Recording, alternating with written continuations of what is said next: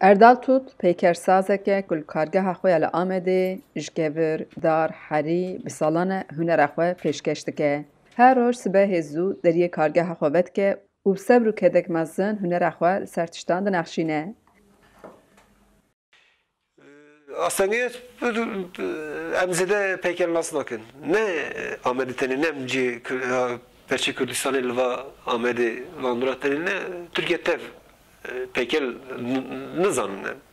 Yani sebebi yapır yani hem dini hem siyasi hem ok.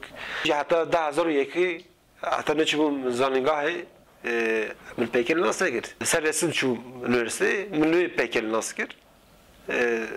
Beriya peykeli tabii ki anlat vana bun. Yani peykeli Atatürk mü dit bu Atatürk ne dit yani büstü Atatürk dit bu bazı anlatı Atatürk dit bu yaşı şey da falan filan işte vana dit bu çünkü zaningahı üniversite müzakir peykel çıkidini ne o çıkidini. Li vir şagirdan jî perwerde dike. Û çavan dûr hûr hûr karê xwe dimeşîne.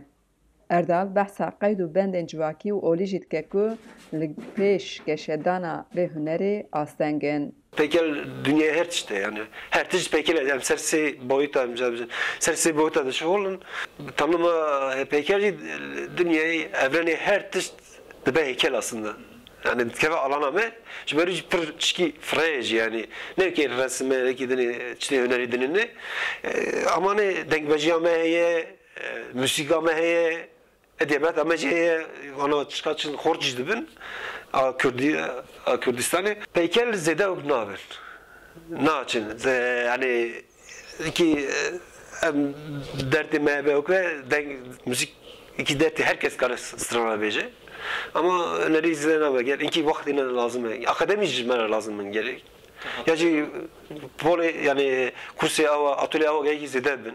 Yavaş yavaş geleceği fahm bikin yani. Ji bo hunerek azad, hizr û nêrînek azad jî dibe. Lê Erdal dibêje di civakê de hin ew çand çê nebûye, lê baweriya wî heye ku wê civaka Kurd jî rojek ji hunera peykerê hez bike. Em pera nadin öneri. Em kurmancı inki o gün jber wî nizanim jber çi em pera zder nadine.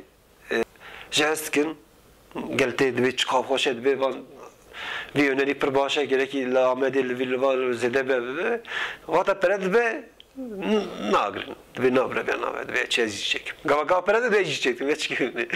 Xecî Can Farqîn, Dengê Amerîka, Amed.